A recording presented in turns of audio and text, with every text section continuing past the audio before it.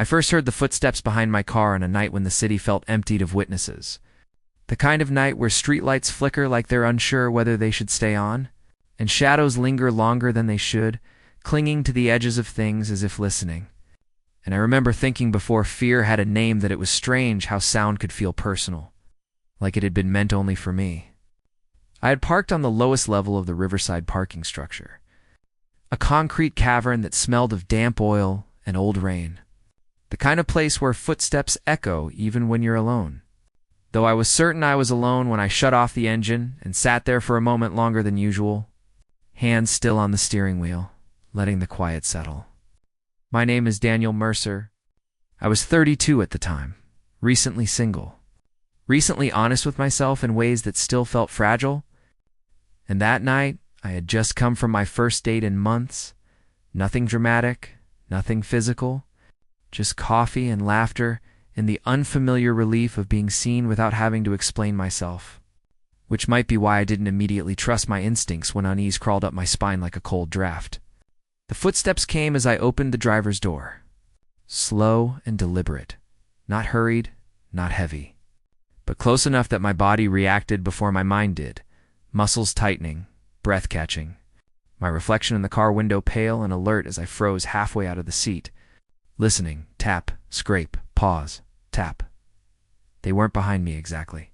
Not in a straight line, but offset too close to be coincidence, too controlled to be random. I straightened slowly and turned. Keys clenched between my fingers the way everyone learns to do without ever admitting they've practiced it. But the aisle behind my car was empty, stretching into rows of parked vehicles in shadow. The concrete floor slick with moisture that reflected the overhead lights like fractured mirrors. I told myself it had been my imagination. The echo of my own movement, stress bleeding into paranoia. And yet when I took a step forward, the sound answered, matching me not in rhythm, but in intention, like someone adjusting their pace to stay just out of sight. Hello? I called, my voice sounding smaller than I wanted it to. Swallowed quickly by the structure, and when nothing replied, I laughed under my breath, embarrassed by my own fear, and reached for the trunk to grab my bag. And that was when I heard it again, closer now, unmistakable. The scuff of a shoe against concrete that was not mine. My heart kicked hard against my ribs as I spun, scanning the space between cars, half expecting to see someone step out with an apology or an explanation. But instead, there was only the hum of the lights and the distant drip of water, the air thick with the sense of being observed. Not hungrily, not aggressively, but attentively, as if whatever followed me was studying my reactions rather than planning an attack. I shut the trunk harder than necessary and moved toward the stairwell, telling myself not to run, because running made fear real. And fear made mistakes, but the footsteps followed, never quite syncing with mine, always half a second behind, like an echo that refused to behave properly. And as I reached the door and pushed it open, I felt a strange certainty, sharp and irrational, that if I turned around now, I would see something I wouldn't be able to unsee. The stairwell smelled of cold concrete and rust, the lights buzzing faintly. And I took the steps 2 at a time until I reached the street, emerging into the open air with lungs burning, heart hammering, and a laugh that came out shaky and relieved. Because whatever had followed me had stopped at the threshold. The sound cut cleanly, as if the footsteps belonged only to the structure itself. I walked home quickly, checking my reflection in darkened windows, replaying the sound over and over in my head, convincing myself it had been stress, coincidence, nothing at all. And for a while, that explanation held, until 3 nights later, when I parked in the same structure, again different time, different level, different excuses, and, as soon as I turned off the engine, I heard the footsteps behind my car, waiting for me to notice. After the second night, I stopped pretending the footsteps were coincidence, because coincidence doesn't wait for you to notice it, and it doesn't follow you across different levels of the same parking structure with the patience of something that already knows where you're going. I began to dread the end of each day, the moment when I would have to return to my car, because the structure no longer felt like a place but a presence, one that recognized me. that held its breath when I arrived and exhaled only after I stepped inside. I tried parking on different floors, near cameras, near other cars, even near the stairwell, but none of it mattered. Because the sound always came at the same moment, engine off, door opening, that brief, vulnerable pause where you exist between motion and stillness, and then there it was.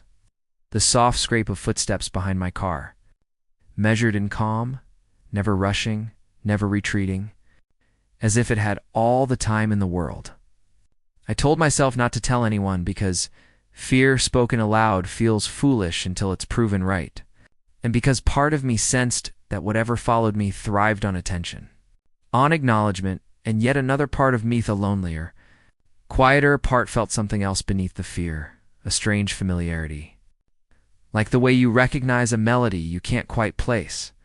On the fourth night, instead of fleeing immediately, I stood still after shutting the door, my heart pounding so loudly I was sure it would drown out everything else. And I listened as the footsteps stopped too, the silence stretching between us like a held breath. And for the first time I noticed something unsettling. The sound wasn't echoing the way it should have.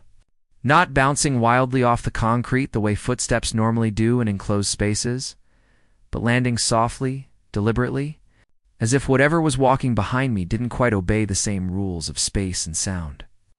"I know you're there," I said quietly, surprising myself with how steady my voice sounded, and the air seemed to thicken in response, the lights above me flickering once before stabilizing, while the footsteps resumed, closer now. Close enough that the hairs on my arms lifted in warning. I turned slowly, every instinct screaming not to. And this time I saw it not fully, not clearly, but enough. A shape standing just beyond the rear of my car, half obscured by shadow, tall and human in outline, its edges blurred like a reflection in moving water. And though fear surged through me, it was threaded with something unexpected, something almost tender, because the shape did not advance, did not reach out, did not threaten. It simply stood there, as if unsure whether it was allowed to be seen. "Daniel," it said. My name carried on a voice that sounded worn and distant, like it had traveled a long way to reach me. And the sound of my name spoken by something that should not have known, it rooted me in place more effectively than terror ever could. I asked who it was, my words trembling despite my effort to keep them calm. And the shape seemed to waver, as though the question itself required strength. Before answering with a Namethanin, a confession that felt heavier than any threat. Because Ethan told me he had died here years ago. Not violently, not dramatically, but quietly. After years of living half a life, meeting lovers in shadows, walking behind cars so no one would see who he was waiting for. And as he spoke, fragments of his presence surfaced around us. Impressions, rather than images, laughter, cut short, hands brushing and pulling away. Footsteps always cautious, always behind rather than beside. I realized then that the footsteps I heard were not meant to scare me, but to mirror something I carried myself, the habit of trailing my own life rather than stepping fully into it. And that realization terrified me more than the ghost ever could, because it meant the structure hadn't chosen me at random. It had recognized something unfinished, something familiar. And as Ethan's presence grew clearer with each shared night, I understood with growing dread that whatever bound him here was not just memory, but the belief that if he stepped fully into the light, he would vanish completely, and the longer I stayed, the more I felt that same belief beginning to wrap itself around me. The night the footsteps stopped trailing behind me was the night I finally understood that I was no longer being followed. I was being invited. I arrived later than usual, the parking structure nearly empty, the air heavy with dampness, and the low electric hum of lights that flickered, as if exhausted by their own existence. And as I turned off the engine, my body braced automatically for the familiar sound behind my car, but it didn't come. The silence stretching too wide, too deliberate, until a new sound reached me instead. Footsteps ahead of the car, slow and unhurried, moving deeper into the structure. And something in that shift sent a wave of cold through me that no amount of rational thought could explain. I should have left. I knew that with absolute clarity, yet my hand remained on the door handle, my pulse steadying instead of racing.